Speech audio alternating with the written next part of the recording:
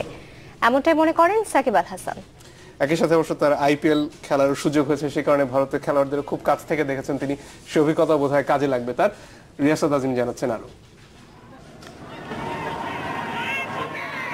মেলবোর্নের আকাশ মেঘলা, তবে তাতে কোনো প্রভাব নেই টিম বাংলাদেশের অনুশীলনে। একদিন পরেই ক্রিকেটের বিশ্বমঞ্চের কোয়ার্টার ফাইনালে ভারতের মুখোমুখি বদলে যাওয়া ছন্দবদ্ধ নতুন এক বাংলাদেশ।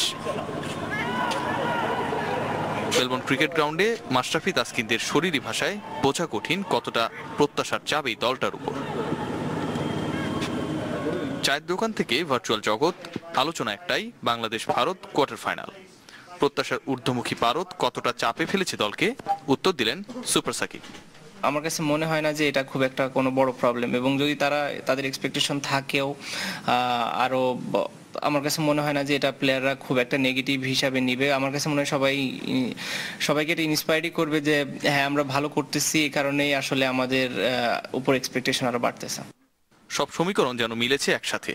কোয়ার্টার ফাইনাল শুধু না, 19 মার্চ টিম বাংলাদেশের একদিনের ক্রিকেটে 300তম ম্যাচ, যা উজ্জীবিত হবার বাড়তি অনুষঙ্গ। কথা বলতে এটা আমাদের জন্য অনেক বড় অকেশন, আর এটার জন্য অন্য কোনো কিভাবে বলি, অন্য কোনো মোটিভেশনের দরকার আছে বলে কারো মনে হয় না। সবাই জানে এটা কত ইম্পর্টেন্ট ম্যাচ এবং সবাই সেভাবে প্রিপেয়ার্ড হচ্ছে। উইকেটের পেছনে দুর্গ তৈরিতে ব্যস্ততা হেড কোচের, আর সাকিব কাজে লাগাতে চান আইপিএল অভিজ্ঞতা। অবভিয়াসলি আমি যে এক্সপেরিয়েন্সটা আমার যেটা আইপিএল খেলার মাধ্যমে হয়েছে সেটা তো আমি অবশ্যই শেয়ার করব।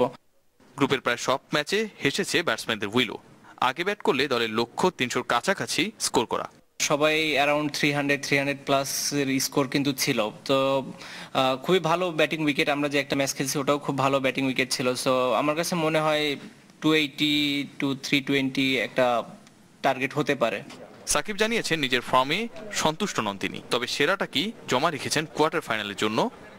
সমীকরণ আর হিসেব নিকেশ নয়, কোয়ার্টার ফাইনালে ভারত বাধা টপকাতে টিম বাংলাদেশের মূল লক্ষ্য নিজের সেরা খেলাটা দেয়া, চাপমুক্ত রাখা। মাঠের অনুশীলনে শরীরী ভাষাও তারই ইঙ্গিত দিচ্ছে। রিয়াসাত আজিম, চ্যানেল 24, মেলবোর্ন, অস্ট্রেলিয়া। নিউজ 24 এর সময় হলো একটা বিরতির।